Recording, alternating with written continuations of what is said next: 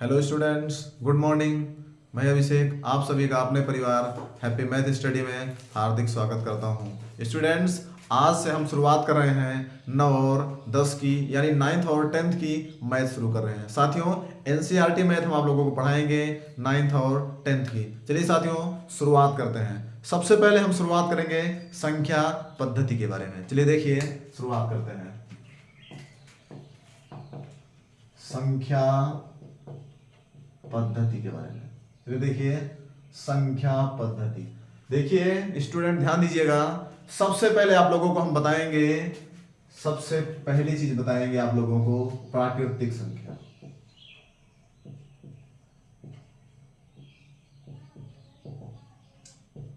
चलिए देखिए, ध्यान दीजिएगा स्टूडेंट्स। प्राकृतिक संख्या, ध्यान दीजिएगा, गिनती की सभी संख्याएं, ध्यान दीजिए, गिनती की सभी संख्याएं जिसकी शुरुआत 1 से होती है और अनंत तक जाती है। गिनती की वे सभी संख्याएं जिसकी शुरुआत 1 से होती है और अनंत तक जाती है प्राकृतिक संख्याएं कहलाती हैं। ध्यान दीजिएगा। देखिए साथियों, उदाहरण देखिए, जैसे 1 से शुरू किया जाए 1 2 3 डॉट डॉट अनंत तक। ध्यान दीजिएगा। देखिए, गिनती की वह सभी संख्याएं जिनकी शुरुआत 1 से होती है और अनंत तक जाती है, वह सभी संख्याएं, ध्यान दीजिएगा, प्राकृतिक संख्या कहलाती हैं। चलिए देखिए, ये हो गया सबसे पहले प्राकृतिक संख्या। अब दूसरा हम बताते हैं आप लोगों को पूर्ण संख्या।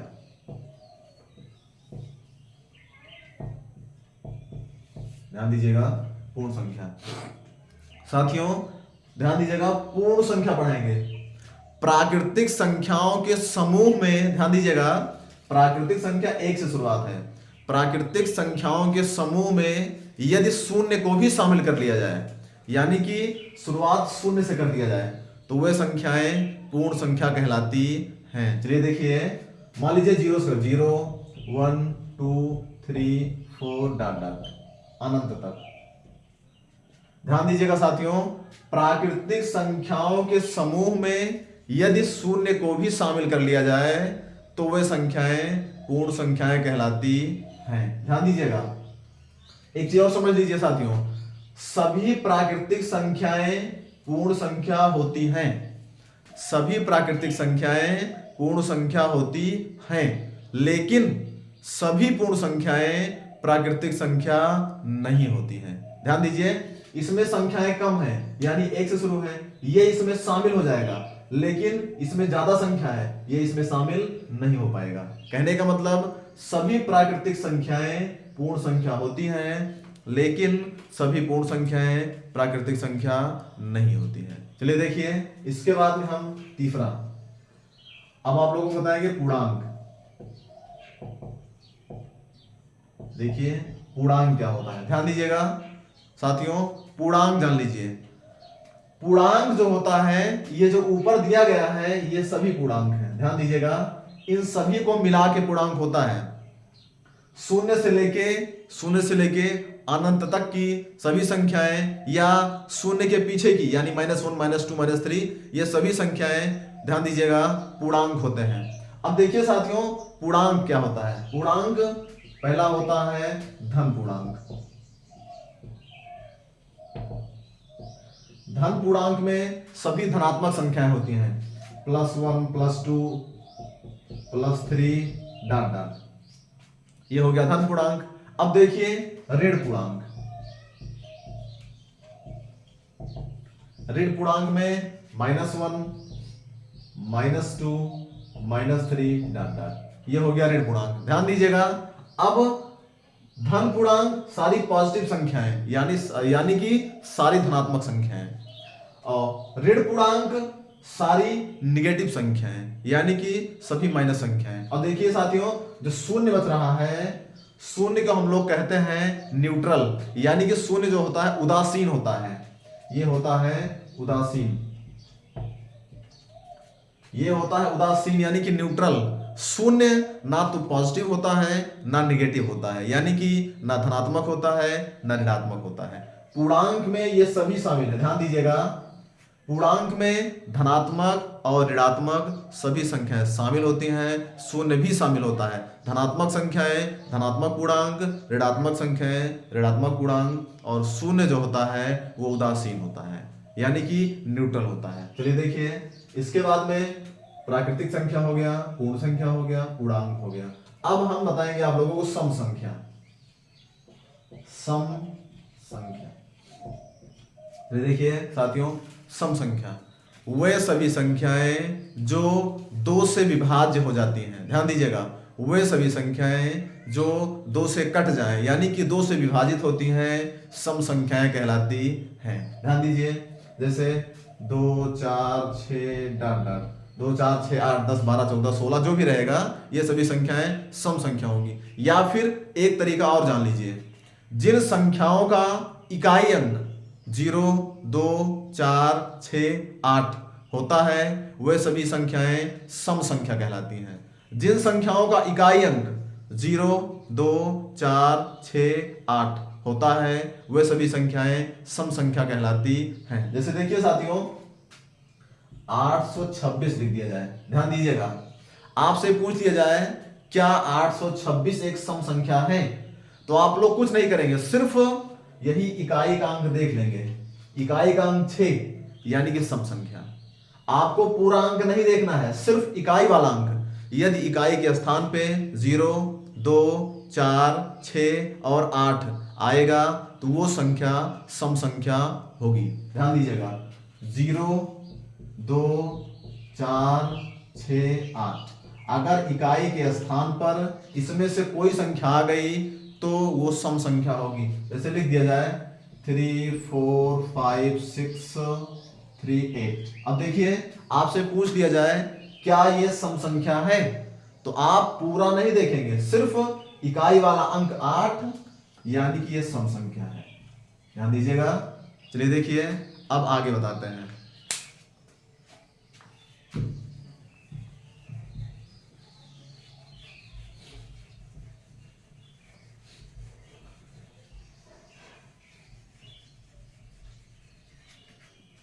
देखिए साथियों, सम के बाद विषम की बारी आती है। ध्यान दीजिएगा, सम संख्या के बाद विषम संख्या। वे सभी संख्याएं, ध्यान दीजिए, वे सभी संख्याएं जो 2 के अलावा किसी भी संख्या से करती हैं, यानी कि 2 से विभाजित होने संख्याओं के अलावा। जैसे देखिए, वे सभी संख्याएं जो 3 5 7 आदि संख्याओं से 9 आदि संख्याओं से करती हैं, विषम संख्याएं कहलाती हैं। या फिर सरल भाषा में जान लीजिए, देखिए, सम के लिए हम बताए थे जिन संख्याओं के लास्ट में यानी इकाई में 0 2 4 6 8 रहेगा वे सम संख्या होंगी। लेकिन जिन संख्याओं के अंत में यानी जिन संख्याओं का इकाई अंक 0 2 4 6 8 के अलावा कोई भी संख्या रहेगी, यानी कोई भी अंक रहेगा, वो संख्या विषम संख्या कहलाएगी। चलिए देखिए, जैसे लिख दिया जाए 731।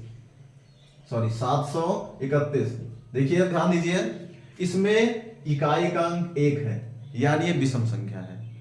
ध्यान दीजिए, इकाई का अंक यदि 0 2 4 6 8 के अलावा कोई भी संख्या रहेगी, यानी कोई भी अंक रहेगा, तो वो हमारा हो जाएगा विषम संख्या। जैसे लिख दिया जाए 3 5 2 1 6 9। अब देखिए, इसमें इकाई का अंक जो है, इकाई का अंक हमारा हो गया 9, यानी कि 9 इसमें से जितना अंक दिया गया है, अगर ये रहेगा इकाई पे तो सम, अगर इसके अलावा कोई भी अंक रहेगा तो हो जाएगा विषम।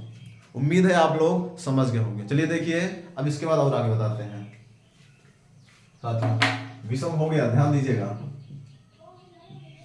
विषम संख्या हमारा हो गया, सम हो गया, विषम हो गया। अब देखिए, अब हम बताएंगे भाज्य संख्या। ध्यान दीजिएगा, भाज्य संख्याएं।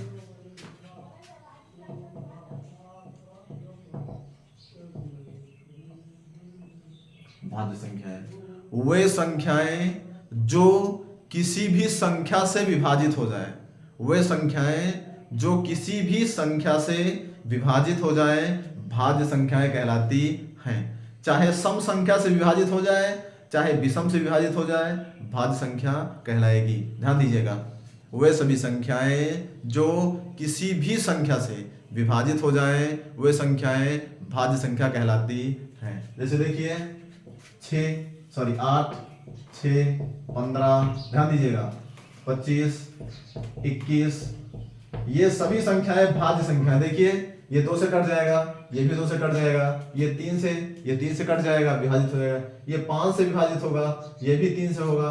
ध्यान दीजिएगा, भाज्य संख्याओं का मतलब किसी से भी विभाजित हो जाए, चाहे सम से चाहे विषम से, वो संख्या भाज्य संख्या कहलाती है। चलिए देखिए, हो गया हमारा भाज्य संख्या। अब साथियों भाज्य के बाद अभाज्य संख्या। अभाज्य संख्या, ध्यान दीजिएगा, अभाज्य संख्या वो संख्या होती है, यानी कि अभाज्य संख्याएं वे संख्याएं होती हैं जो एक और स्वयं के अलावा किसी भी संख्या से विभाजित नहीं होती हैं। ध्यान दीजिए, वे संख्याएं जो वन और स्वयं यानी एक और स्वयं के अलावा किसी भी संख्या से विभाजित नहीं होती हैं, अभाज्य संख्याएं कहलाती हैं। जैसे लिख दिया जाए साथियों 3। अब देखिए ये 3 जो है या तो 3 से विभाजित होगा या तो 1 से। लिख दिया जाए 19। अब देखिए 19 जो है या तो ये स्वयं से कटेगा या तो फिर 1 से कटेगा, इसके अलावा किसी भी संख्या से 19 नहीं कटेगा। 37 लिख दिया जाए 37। ध्यान दीजिए 37 या तो 1 से कटेगा यानी 1 से विभाजित होगा या तो स्वयं से यानी खुद से, इसके अलावा ये किसी भी संख्या से विभाजित नहीं होगा, यानी ये हो गया अभाज्य संख्या। ध्यान दीजिएगा, ये हो गया अभाज्य संख्या। अब देखिए साथियों, सबसे पहली अभाज्य संख्या 2 होती है। ध्यान दीजिएगा, प्रथम अभाज्य संख्या जो होती है वो होती है 2। सबसे पहली अभाज्य संख्या 2 होती है। ध्यान दीजिएगा, यानी कि चाहे इस तरह से पूछ ले चाहे ये पूछ ले कि सबसे छोटी अभाज्य संख्या, तो आप लोग कहेंगे 2। चलिए देखिए, अब ध्यान दीजिएगा 1 से लेके 100 तक, साथियों देखिए 1 से लेके 100 तक कुल 25 संख्याएं अभाज्य संख्या होती हैं। 1 से 100 तक कुल 25 संख्याएं अभाज्य होती हैं। उसमें से 1 से 50 तक 15 संख्याएं और 50 से 100 तक 10 संख्याएं। ध्यान दीजिएगा, 1 से 100 तक कुल 25 संख्या अभाज्य होती है, जिसमें से 1 से 50 के बीच में 15 संख्याएं होती हैं और 50 से 100 के बीच में 10 संख्याएं होती हैं, यानी कि कुल हो गया 25 संख्या। चलिए देखिए, भाज्य हो गया, अभाज्य हो गया। अब साथियों वास्तविक संख्या।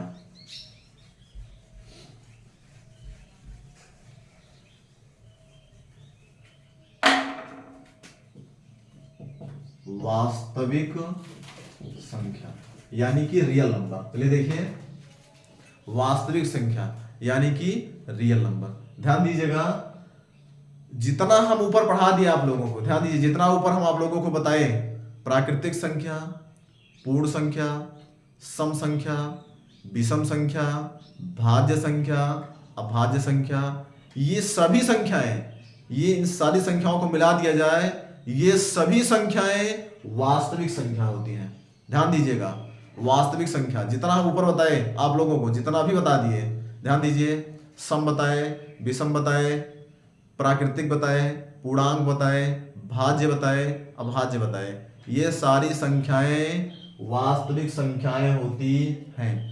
चाहे वो धनात्मक होंगी, चाहे ऋणात्मक होंगी, चाहे भिन्न में होंगी, चाहे दशमलव में होंगी, ये सारी संख्याएं वास्तविक संख्याएं होती हैं। ध्यान दीजिएगा, ये हो गया वास्तविक संख्या।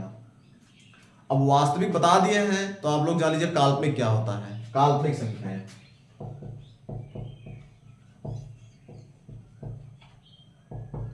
ध्यान दीजिए साथियों, काल्पनिक संख्या सिर्फ वही संख्या होती है अगर रूट के अंदर कोई संख्या में माइनस लगा रहेगा तो वो संख्या काल्पनिक होगी। जैसे लिख दिया जाए रूट -3, तो साथियों ये वास्तविक नहीं है, ये काल्पनिक संख्या है। लिख दिया जाए रूट -7, तो ये साथियों ये काल्पनिक है, ये वास्तविक नहीं है। इसके अलावा सारी संख्याएं, चाहे वो सम हो, चाहे विषम हो, चाहे भाज्य हो, चाहे अभाज्य हो, चाहे प्राकृतिक हो, चाहे पूर्ण हो, सारी संख्याएं वास्तविक संख्या होती हैं। चलिए साथियों, उम्मीद है लगभग आप लोग समझ गए होंगे। आज हम आप लोगों को थोड़ा सा संख्या पद्धति के बारे में बताएं। ध्यान दीजिएगा आप लोग, उम्मीद है लगभग आप लोग सारी चीज समझ गए होंगे। चलिए साथियों, आप लोग वीडियो को लाइक करेंगे, शेयर करेंगे और हमारे चैनल को सब्सक्राइब जरूर करेंगे। तब तक के लिए खुश रहिए, मस्त रहिए। जय हिंद।